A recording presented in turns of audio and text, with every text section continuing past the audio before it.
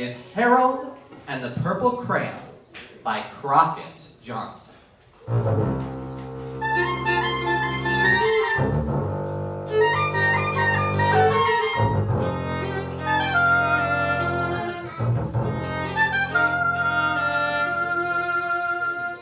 One evening, after thinking it over for some time, Harold decided to go for a walk in the moonlight. There wasn't any moon, and Harold needed a moon to walk in the moonlight. And he needed something to walk on, so he made a long, straight path so he wouldn't get lost. And he set off on his walk, taking his big purple crayon with him, but he didn't seem to be getting anywhere on the straight path. So he left the path for a shortcut across a field, and the moon went with him.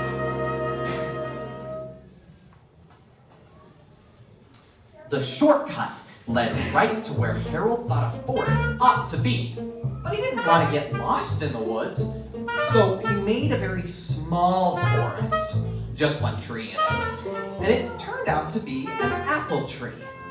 The apples would get very tasty, Harold thought, when they got red, so he put a frightening dragon under the tree to guard the apples.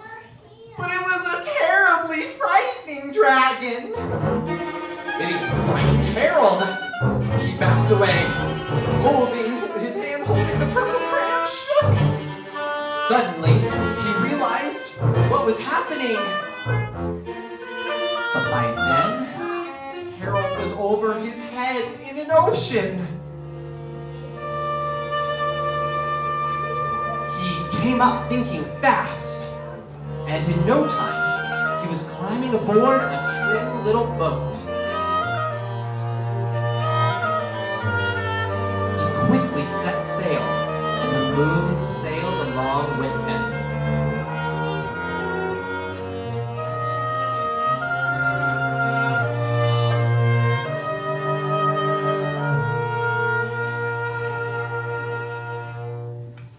He had sailed long enough, Harold made land without much trouble.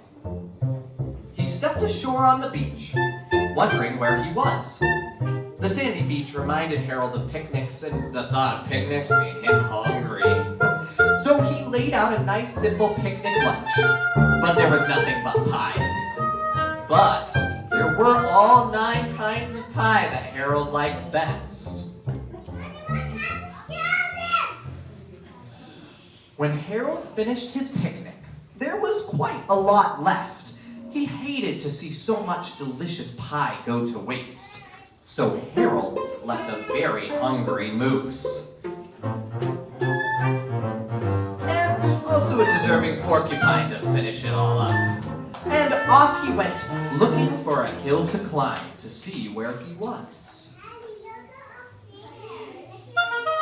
Harold knew that the higher up he went, the farther he could see, so he decided to make the hill into a mountain.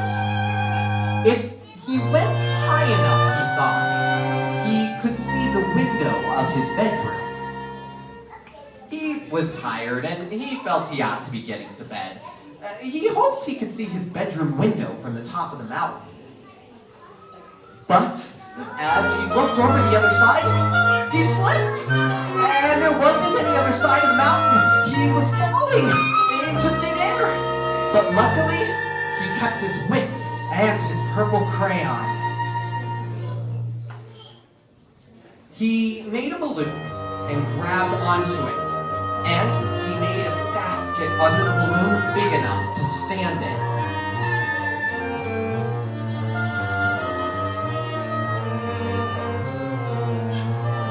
He had a fine view from the balloon, but he couldn't see his window. He couldn't even see a single house.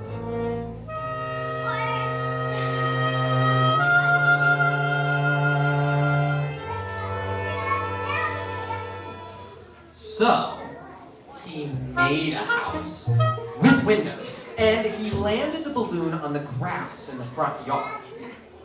But none of the windows were his window.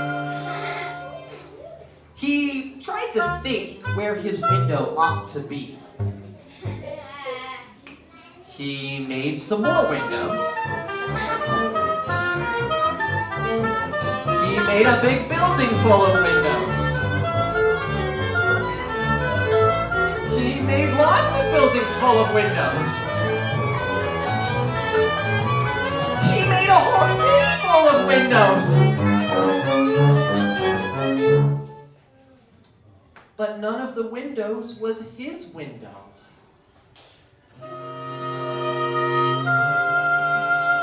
He couldn't think where it might be.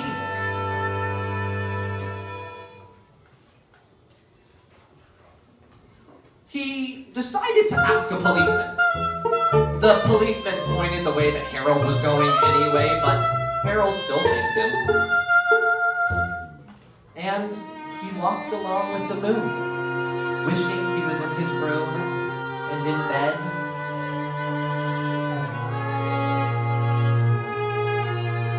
Then, suddenly Harold remembered. He remembered where his bedroom was. When there was a moon, it was always right around the moon.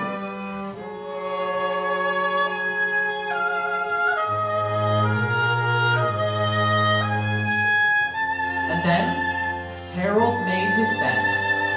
He got in and he drew up the covers.